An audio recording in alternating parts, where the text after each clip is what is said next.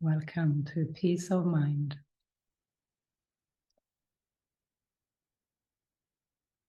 Deeply and warmly welcome.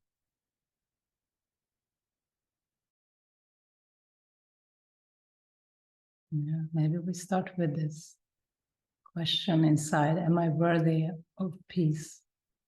Am I worthy of peace of mind? Yeah. Yeah, we can just let ourselves go within.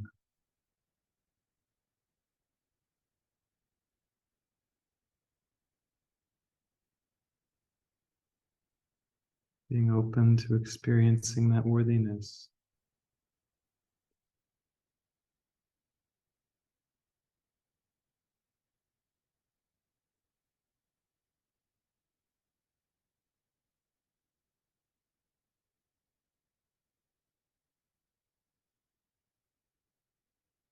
It is right here.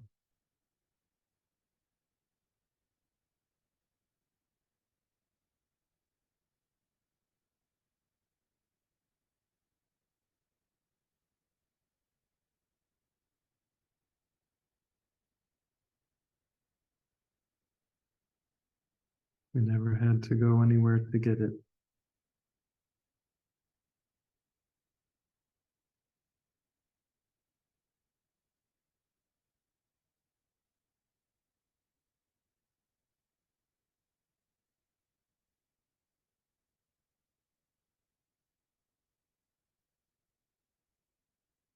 Even if we've seemed to go many places,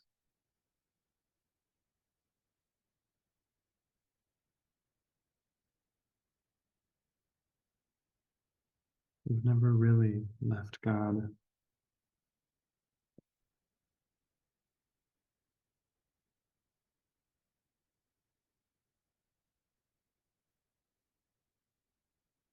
We never really left.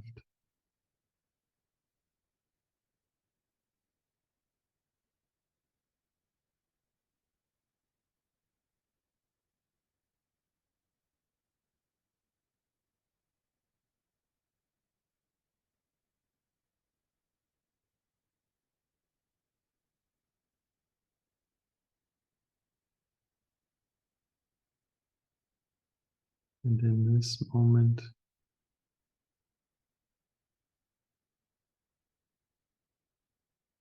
you can be right here.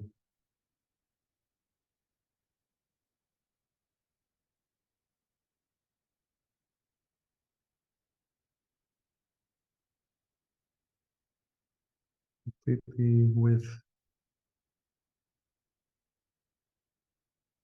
whatever is here in you.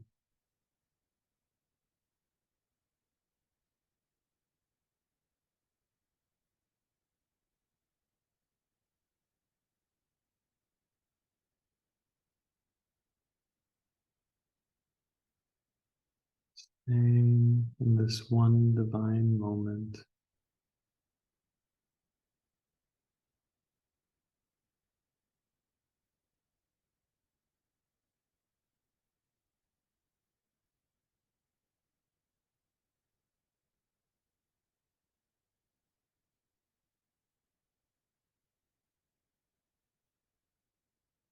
This holy instant without beginning nor end.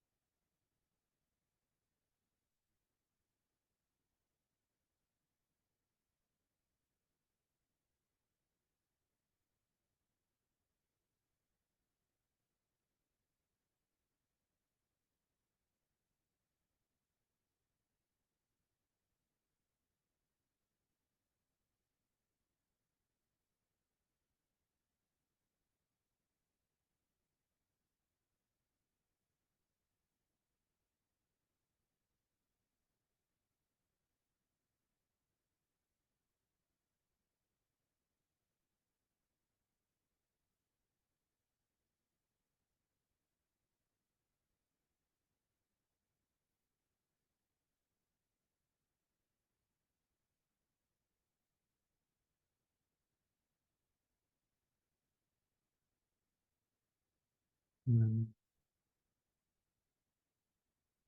gently start to come back.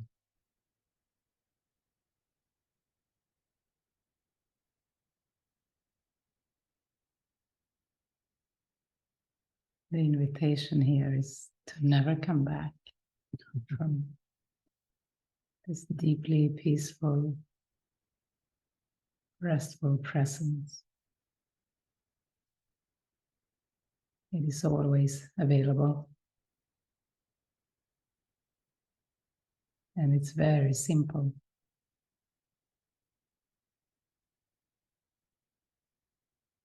We often believe things should be complicated and hard. It should be hard to reach peace of mind.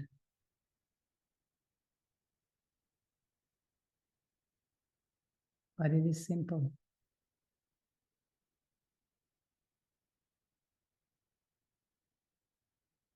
Just really to accept it.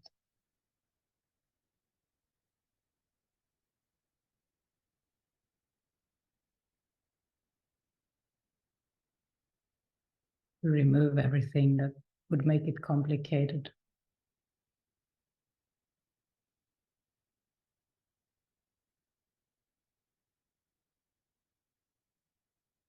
I was thinking of the obstacles to peace in the course.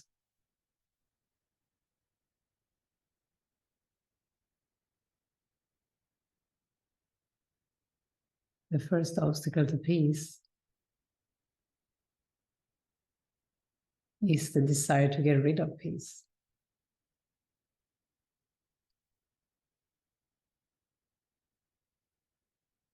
That's a strange desire.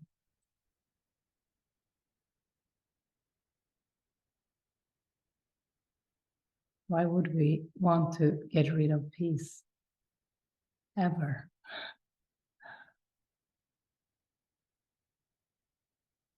There must be a sick death wish or something behind such desire. But you are its home. You are the home of peace. If you don't accept that you're the home of peace, peace is homeless.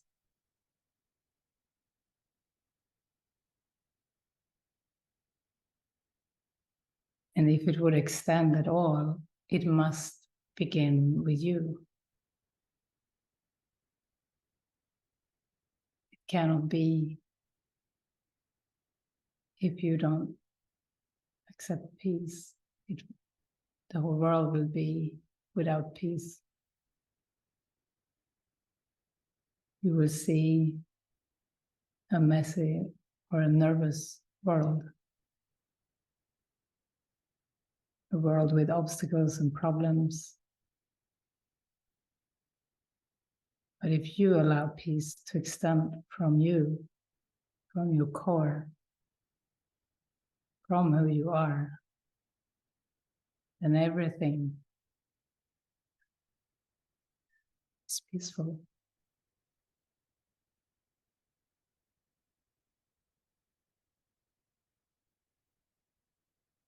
So what is the cost? Why would you want peace, homeless? What do you think that it must dispossess to dwell with you? What seems to be the cost you're so unwilling to pay? The little barrier of sand still stands between you and your brother. So that's the problem. The little barrier of sand. Some sort of barrier. Judgment. Judgment of others.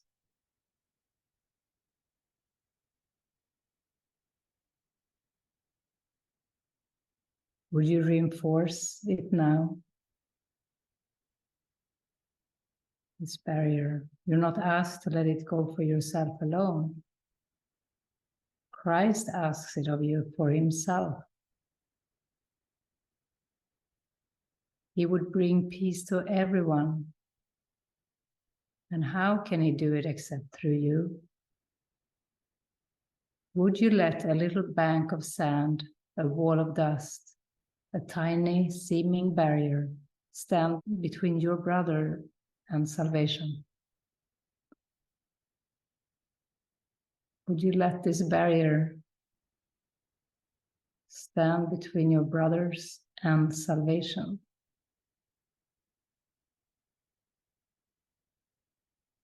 And yet, this little remnant of attack you cherish still against your brother is the first obstacle the peace in you encounters in its going forth. This little wall of hatred would still oppose the will of God and keep it limited. But the Holy Spirit's purpose rests in peace within you. Yet, you are still unwilling to let it join you wholly. You still oppose the will of God just by a little. And that little is a limit you would place upon the whole. God's will is one, not many. It has no opposition, for there is none beside it. What you would still contain behind your little barrier and keep separate from your brother seems mightier than the universe, for it would hold back the universe and its creator. Such a powerful mind.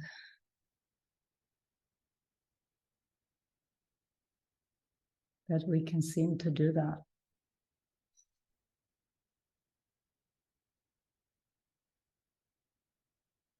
This little wall would hide the purpose of heaven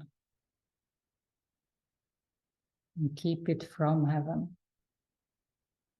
But peace could not depart from you. It could not depart from God, and therefore it could not depart from you.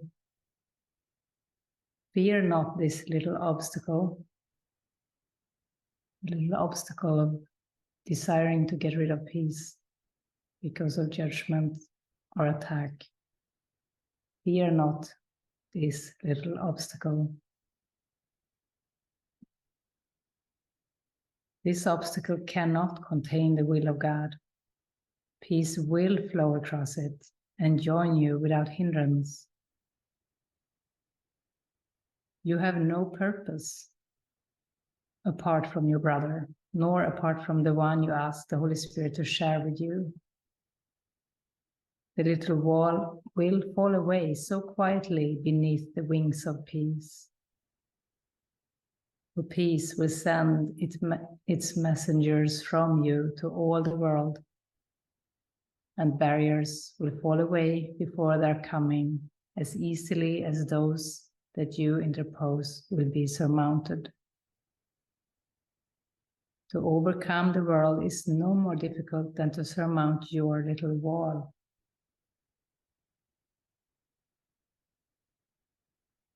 That's beautiful.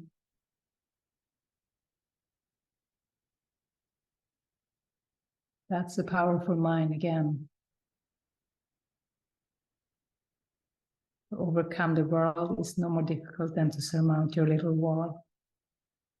For in the miracle of your holy relationship, without this barrier is every miracle contained.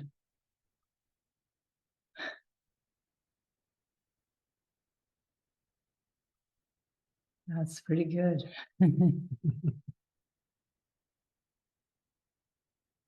So in your acceptance of your brother, in your forgiveness, in your holy relationship, it's every miracle contained. That seems to be one miracle, but everything is contained in that. All healing is done. There is no order of difficulty in miracles, for they're all the same. Each is a gentle winning over from the appeal of guilt to the appeal of love. It would choose love over guilt. And this cannot fail to be accomplished wherever it is undertaken. Wherever there is willingness to appeal to love instead of guilt, it is happening. Guilt can raise no real barrier against it. And all that seems to stand between you and your brother must fall away because of the appeal you answered.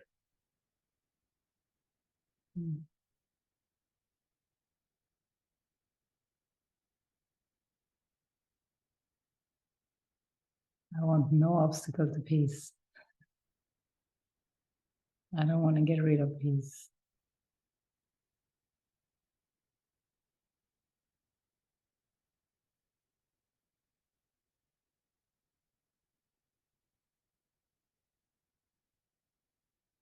He's calling it a little insane wish to get rid of him whom you invited. So it's a twisted mind, inviting first your brother, inviting the truth, and then desiring to get rid of it. This must produce conflict.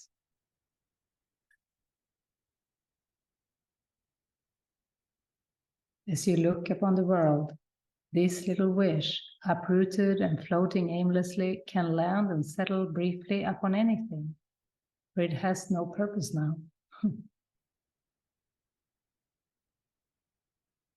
It's become smaller, this wish to get rid of peace, and it's aimless, and it seems to be able to just cause a tiny interruption in love's appeal.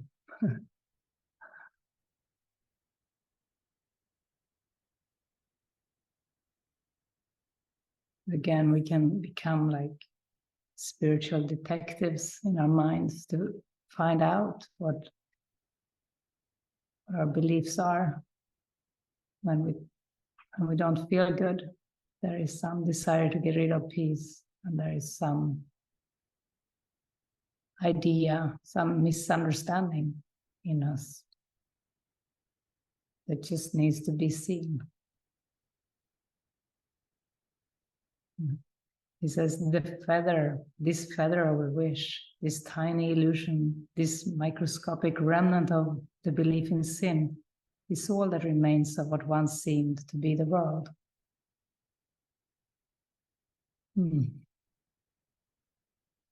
Feels good. If that's all that's left. It is no longer an unrelenting barrier to peace. Its pointless wandering makes its results appear to be more erratic and unpredictable than before. Yet, what could be more unstable than a tightly organized delusional system? Its seeming stability is its pervasive weakness, which extends to everything. The variability the little remnant induces merely indicates its limited results. How mighty can a little feather be before the great wings of truth? Can it oppose an eagle's flight or hinder the advance of summer? Can it interfere with the effects of summer's sun upon a garden covered by the snow? See but how easily this little wisp is lifted up and carried away, never to return, and part with it in gladness, not regret. Would you not rather greet the summer sun than fix your gaze upon a disappearing snowflake and shiver in remembrance of the winter's cold?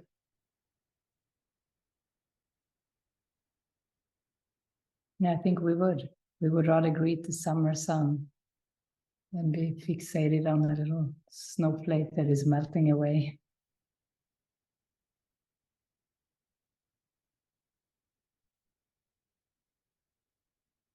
The next part, because this is just, so this is about the obstacles for peace, and this is the first one, the desire to get rid of it. And it has different parts in it. The first one it talks about is the attraction of guilt. The attraction of guilt produces fear of love.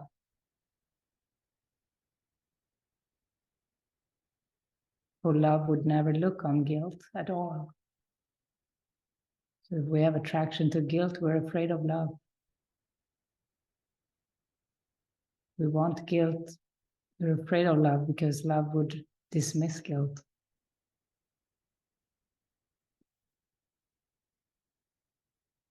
The nature of love is to look only on the truth, for there it sees itself.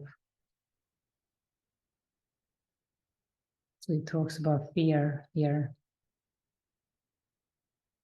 It says fear looks on guilt with just the same devotion that love looks on itself.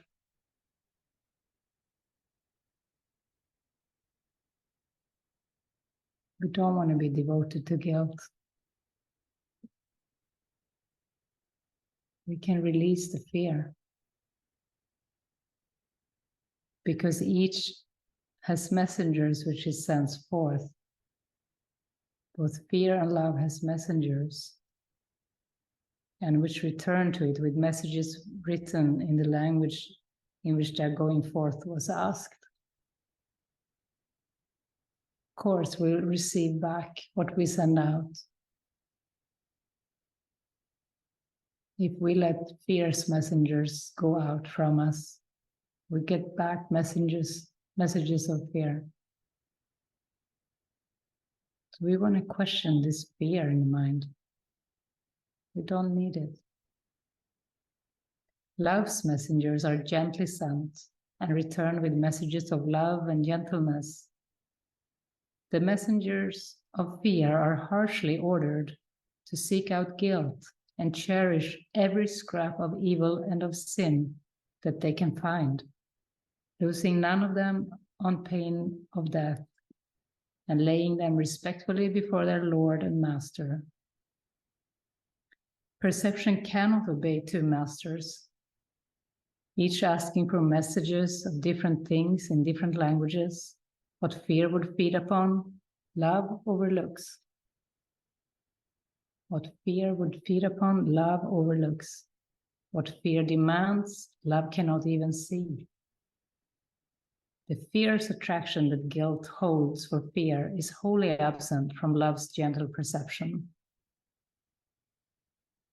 The fierce attraction that guilt holds for fear is wholly absent from love's gentle perception. What love would look upon is meaningless to fear and quite invisible.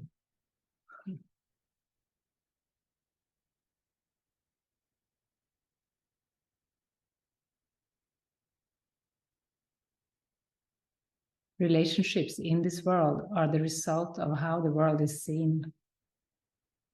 And this depends on which emotion was called on to send its messengers to look upon it and return with a word of what they saw. Fear's messengers are trained through terror, and they tremble when their master calls on them to serve him. For fear is merciless, even to its friends. Its messengers steal guiltily away in hungry search of guilt, for they are kept cold and starving and made very vicious by their master, who allows them to feast only upon what they return to him. No little shred of guilt escapes their hungry eyes. And in their savage search for sin, they pounce on any living thing they see and carry it screaming to their master to be devoured.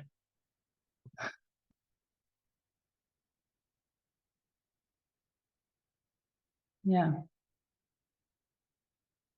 This is why Jesus can call it wrong mind, because it sees only error, since it sees only reflections of guilt, and it wants to make wrong. Send not these savage messengers into the world to feast upon it and prey upon reality, for they will bring you word of bones and skin and flesh. They have been taught to seek for the corruptible and to return with gorgeous, like your cheeks.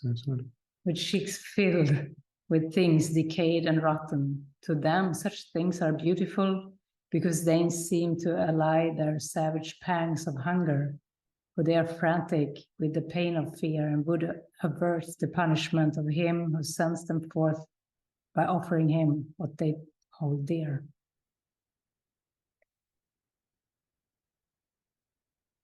It almost gives a bad feeling.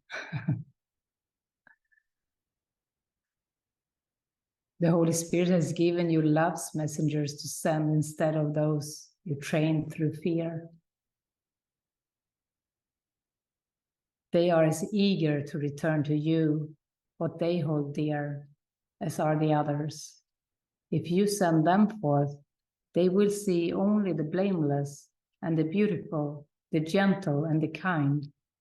They will be as careful to let no little act of charity, no tiny expression of forgiveness, no little breath of love escape their notice. And they will return with all the happy things they found to share them lovingly with you. Be not afraid of them. They offer you salvation. Theirs are the messages of safety, for they see the world as kind.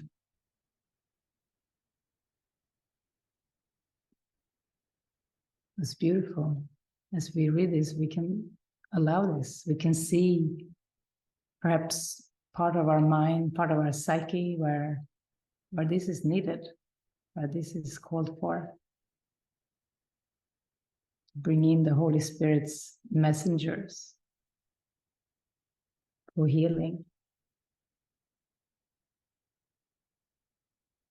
If you send forth only the messengers the Holy Spirit gives you, wanting no messages but theirs, you will see fear no more.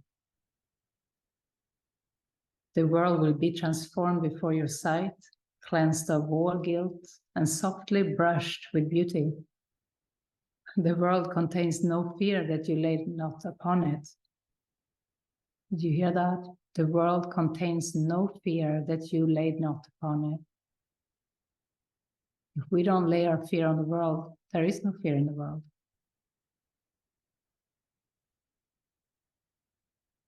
This is how powerful our mind is. And He's so beautifully giving it to us. There's nothing held back here. This tells me we can choose. There is hope. There is no situation that is too difficult here. The power of the mind decides.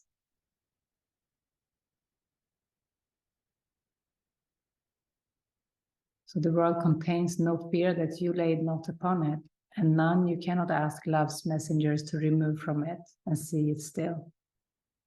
So love's messengers can remove all fear. Without exception, there is no difficulty, there is no order of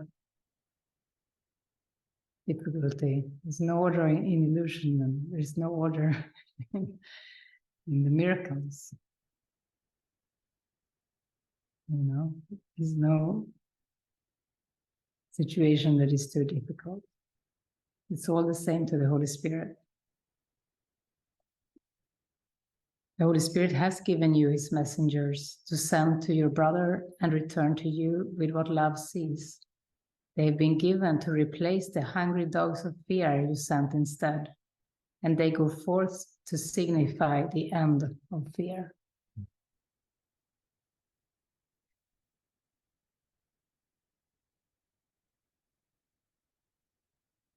Beautiful. And love would set a feast before you on a table covered with a spotless cloth, set in a quiet garden where no sound but singing and softly joyous whispering is ever heard. This is a feast that honors your holy relationship and at which everyone is welcomed as an honored guest. And in a holy instant, grace is said by everyone together as they join in gentleness before the table of communion. And I will join you there, as long ago I promised and promise still. For in your new relationship am I made welcome. And where I am made welcome, there I am.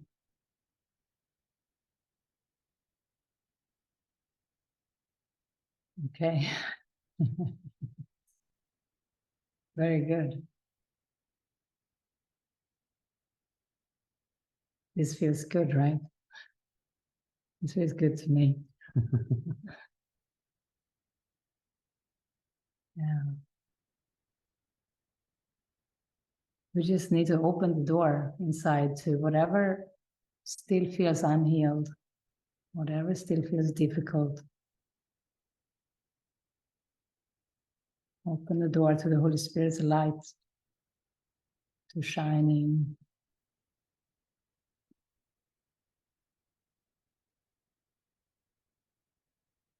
We can do this.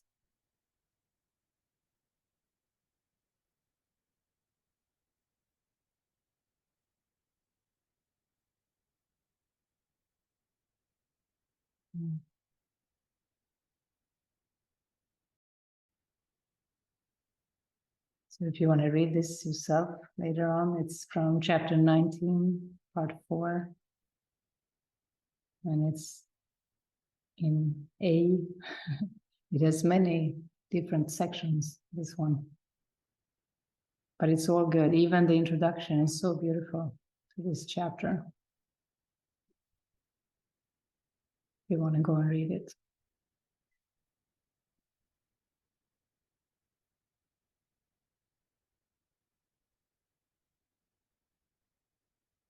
So how are you doing? You feel peaceful? Or is there anything you'd like to explore here tonight?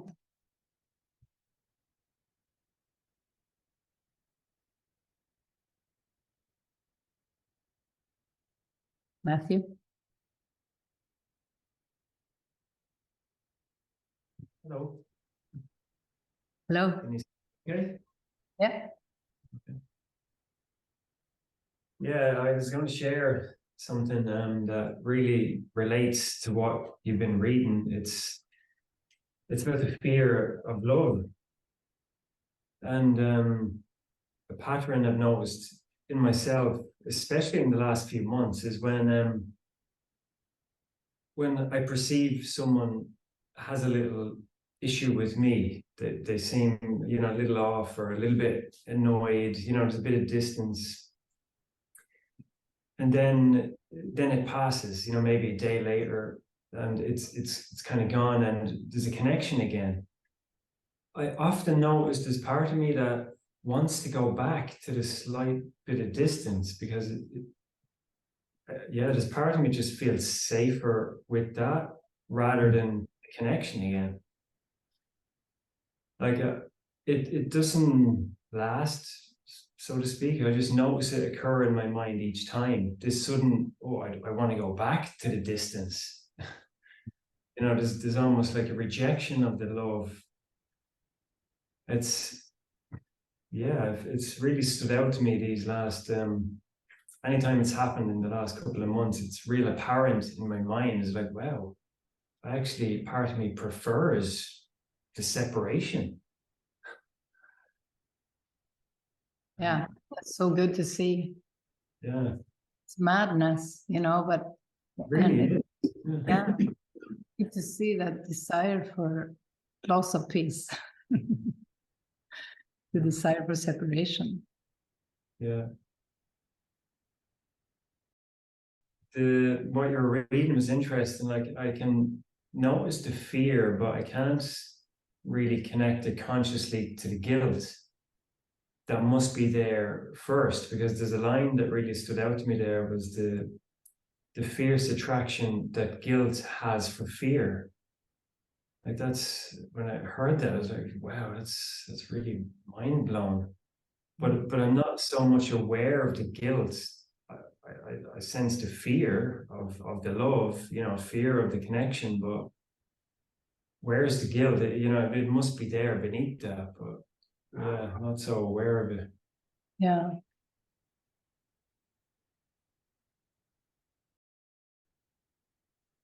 Yeah. And you can just practice forgiveness with what you are aware of. Yeah. If you can catch the fear, great. If you can catch the guilt, great. You know, either one of it, you know, when you release, when you hand it over. Yeah. Okay. Just work with what is in your awareness. You don't have to go seeking for something deeper. Yeah. But yeah, it feels good just to expose this pattern, because I do want the connection, really. You know, that's what, like you said, that's where the peace is, and that's where the answer is. And yeah, I want to stay in that, because I want to be happy, and I want to be peaceful, and I want to stay in that place. Yeah. Yeah, I'm joining you in that. Yeah. Thank you. Thank you. Yeah, amazing reading. That really was powerful. Mm.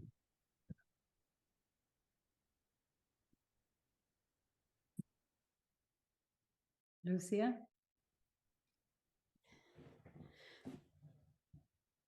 I feel that I'm very, very in touch with the guilt. I think a lot of the time I feel guilty for not being able to feel at peace. It's like a double. I just put a lot of pressure on myself to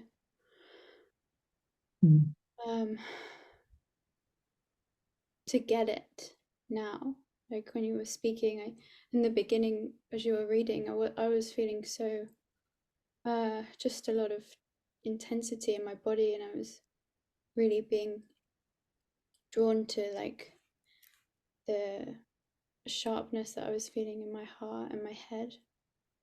And then I just thought, and then I had thoughts of feeling guilty and when are you gonna get this, or when are you gonna feel at peace, or you, and even the words from the course like caused me to feel like anxiety, like and then when you started talking about the Holy Spirit at the end, and the end part, it was, yeah, I just felt the peace come over me in that point. But yeah, there's this kind of feeling like of harshness towards myself, that I should be somewhere different than I am, be further, I don't know. Further along. Yeah, or that I'm not doing it correctly, or just questioning, am I doing the forgiveness work correctly? Yeah. And that's just another trick, you know, this idea of failure in the past, that you have failed somehow, so now you have to pay the price, or now it's harder to get clear or come back to peace, and there's a trick, you know, you have gone deeper, and this is why it also feels more difficult. Like I read a line there about how it can feel more, I don't know what word he used, but disillusioning or more strange, because you have actually gone deeper. So I really want to share that with you, and that, you know, this, you cannot judge your advances from your retreats. You don't really know. So this judgmental thought, it is wrong. This thought of that you should get it and you don't get it. But, you know, as harshness. That is the ego's way. That is not love's way. Mm. I really feel like taking your hand. So, Spirit is gentle and kind.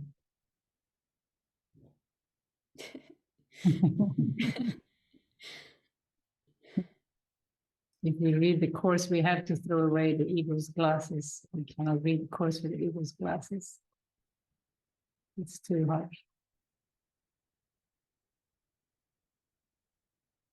Yeah, because sometimes I want to throw the cross across the room. Like, I just want to like chuck it at the wall. Like, and then I was thinking today, like, it's the other way round. That's the trick. It's like, no, this is Jesus, and he's trying to reach me, and he's gentle and soft. So it's the ego is the anger, and but my mind was like, no, it's the course. So, but I just saw that trick, and I was like, oh, thank God I see that trick, because it's my lifeline. Like, this course is my lifeline, and if I throw it out, then yeah, it's what I just can't. So yeah. Truth is patience too, and I remember the day I checked the course right in David's stomach.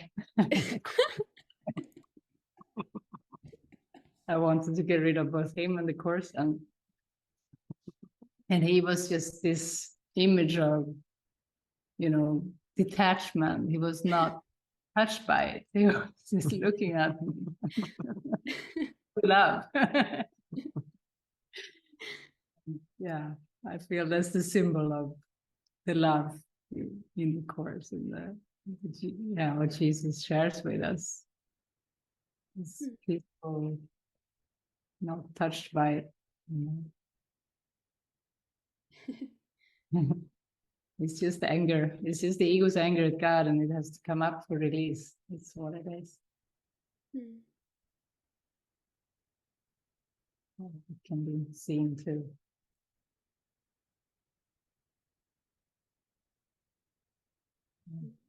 Thanks for lifting up this. Thank you.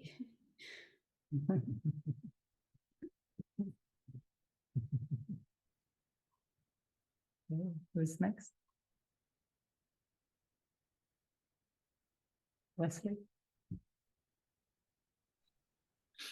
Yeah, I mean, what you read was just everything. Even when I wasn't hearing the words, I was feeling the presence behind it. And it was just, yeah.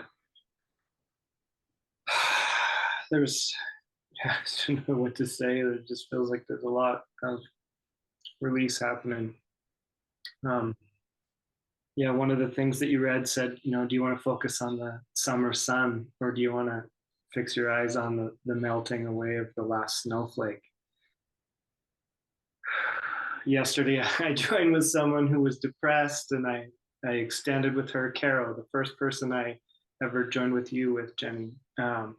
She was afraid of not having money and all this. And so I just extended what a miracle worker is and how everything's taken care of, and our experience with that. And then before this session, I listened to her reply, and she was like, I got this invitation to go to Austria to help someone organize their house, and I got this commission for a drum, and I got this other money. It all just like showed up, and I feel like, oh, thank God, because she's been such this like strong mirror. Like, it's like, what's happened with Carol? It's like, oh, well, there's what's happening with my mind.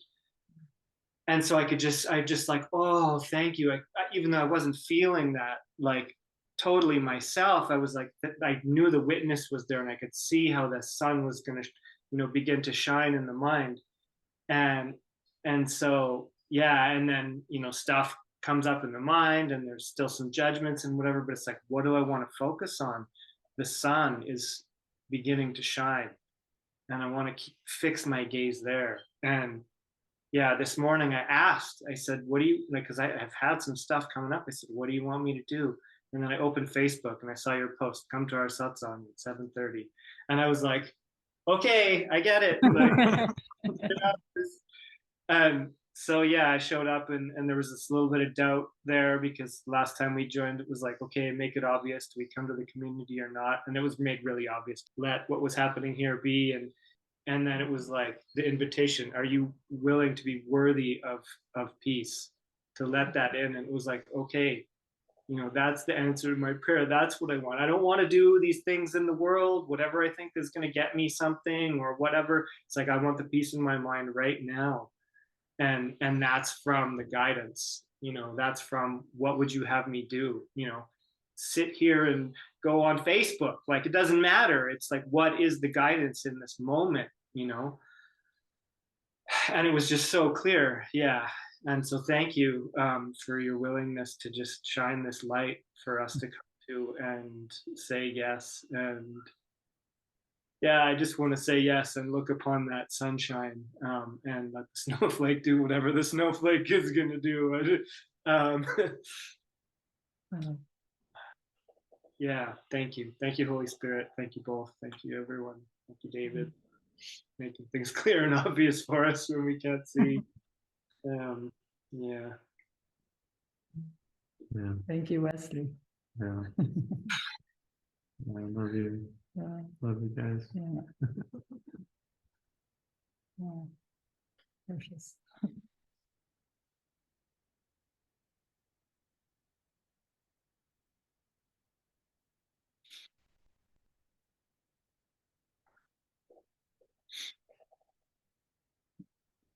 Yeah, I haven't been putting it out, you know, every time we have a session, but today was so clear. Just put it out on Facebook now, you know. We were driving. He had to make a stop. She put her phone down, came back 15 minutes later. The phone was ready for her to finish making the post. Yeah, normally the phone goes to sleep and you lose it, you know, you lose the post you prepared, but no, it was still there laying open. Yeah. Yeah. Yeah, I'm grateful. I'm grateful to the Holy Spirit. Even before this session, I was like saying, what are we going to do tonight? You know, I went to the bathroom and I was like, obstacles to peace, you know, just the idea was given me just 2 minutes before we started.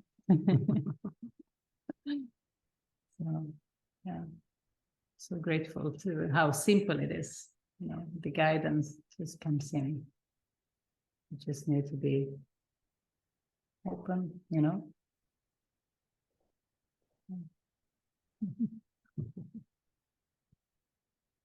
Be proud to you guys.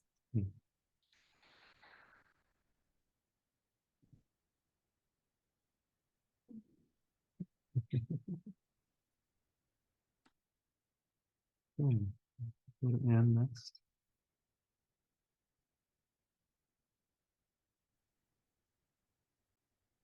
Hi, can you hear me okay? Yeah. Yep. Struggle with different headsets and things, but yeah, perfect reading as always somehow. And all I can see in my mind in my relationship here with Judith is that little bag of sand, and it's showing up so strongly, and it's like I want to project it out because it's so painful to look at, and it's just, you know, it's all in my mind, you know, like trying to bring it back in and accept. And there's been such a lot of feelings and emotions going on, and oh yeah, it's feel like I just want to strengthen that desire, you know, pray to strengthen that desire to step over this bag of sand, you know, this that holds everything, you know. Talk about holographic, it's like, you know, just one little thing and it's like the whole world is just madness, and you know, I'm the one that's actually creating it. It's like, fuck. yeah, so that fear to just step beyond this, I just really want to place it on the altar and see the desire for love that's there, but just gets, yeah, overridden. And there's so many desires in that, you know, like that I want to hold up a good face. I don't want to be seen as somebody that's, you know, like bloody nuisance or whatever, you know, the ego tells me that I am. It's like, yeah, all this stuff is all rolled into it. And it's messy, it's really messy. But yeah, the desire for the truth is there as well. So that's, yeah. And just I to wanna allow hear. yourself to be so authentic in the moment, to just feel how you feel in the moment and be so open to the Holy Spirit about it, you know. Mm. Yeah. That's part of it, is it feels like, yeah, I'm being shut down. So I can't be authentic. And it's like, well, that can't be true either. So what's going on in my mind? Yeah, and it is to hand over that, you know, the one that is the reflection, you know, the person who seems to shut you down. Hand that one over to the Holy Spirit. Keep doing that. Keep doing that. And, you know, Yeah. practice. Yeah. Maybe teach only love, for that is what you are, you know. Just ask love for help there, you know. Mm. So thank you. Yeah. Yeah, we love you so much, Anne. Yeah. Oh, me too. I'm so grateful. The answers are clear. It's, you know, it's up to me to completely accept and step over that. Yeah. So thank you. Yeah, I love that image too. I always picture like a little like centimeter tall little wall of dust, you know. It's like how easy that is to just step over it, ignore it. Feel the vibration inside him is really changing. It's like, this feels beautiful actually. So thank you.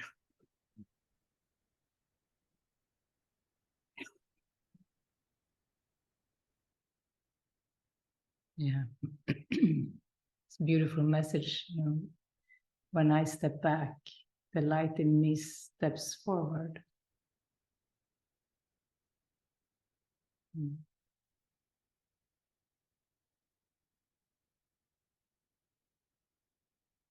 It's inevitable.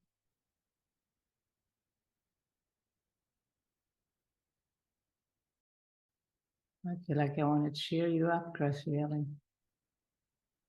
I want to cheer you on and cheer you up.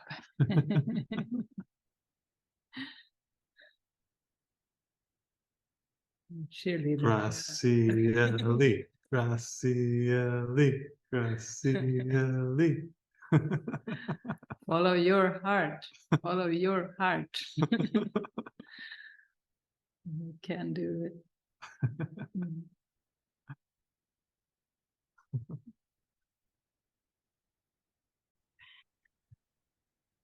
So have been very challenging this last week. I'm going through a lot of my demons. And when Servine was sharing, her daughter was hungry and she didn't want to make her happy.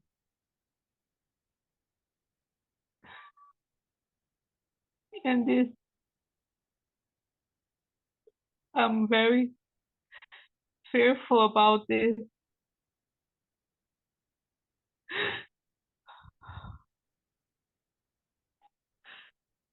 I don't know why.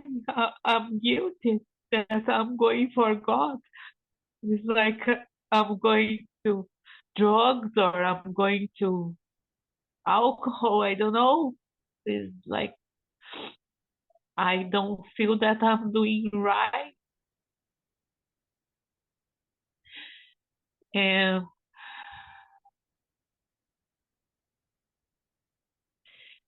I am scared of people judging me. I want the blessing of everybody saying, okay, Gra, you are amazing. You are doing very well. You are doing for everybody. And it's so ridiculous. I'm more fearful of what people will say about me. I don't really see you messing up anything. I know.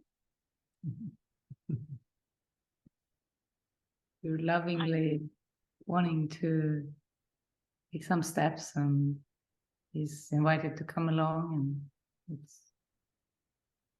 there's no messing, you know, you're just wanting to be true to your heart and to your calling, because you don't want to compromise. You don't want to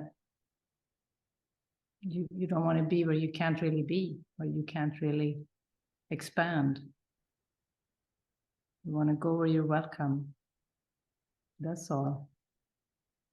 You just want to take some steps for healing, for awakening. You're not really messing up anything here. I think that guilt is just the ego trying to bombard you with some doubts, but it's not justified. Guilt is never justified. You can hand over that guilt.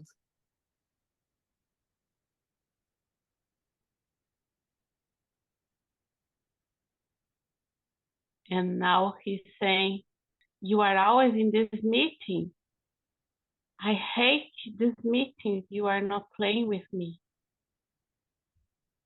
And I think it's the reflection of, I believe that is a sin. I'm going for God. It's like a selfishness. Yeah, so that's just doubts. That's just doubt thoughts.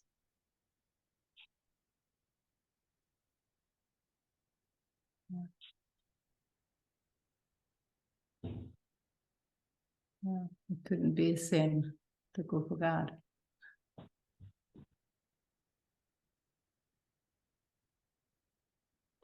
I know that this is the most important thing, but Yeah. it's like I'm guilty.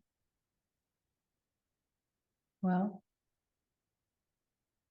if you don't release your guilt, you cannot play with him with your full heart either.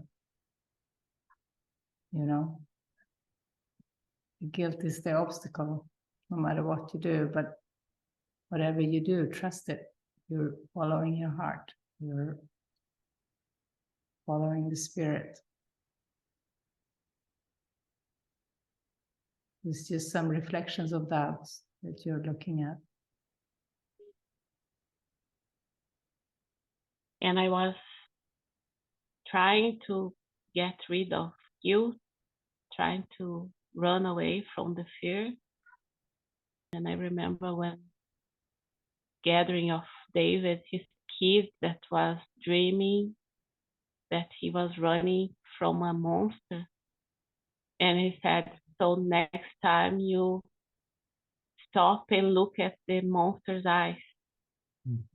And then he make friends with the monster. I'm trying to do this because it's so uncomfortable. Yeah. Face the fear, turn around and look fear straight in the eye. That's it. Or the guilt.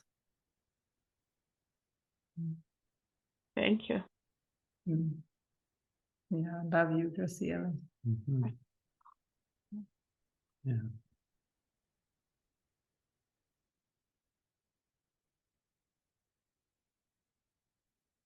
This has been really beautiful. Again.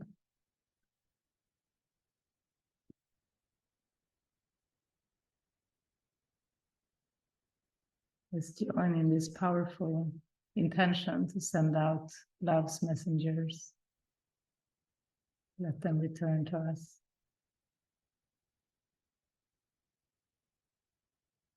Rest in the moment peacefully.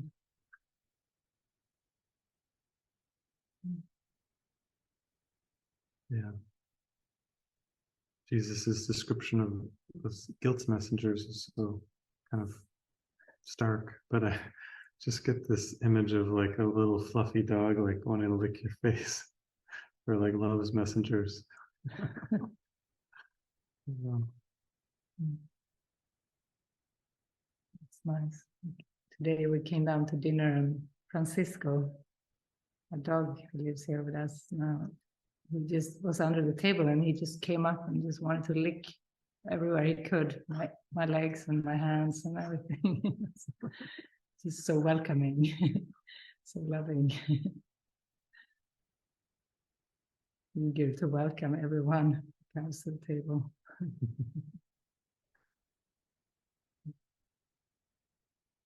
As Matthew now we heard the same name at the same time for the dog.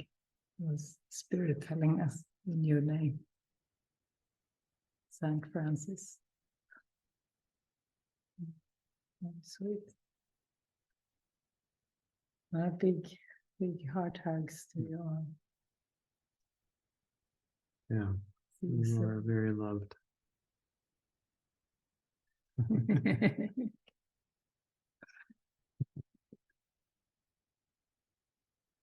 Yeah, lots of hugs. Bye for now.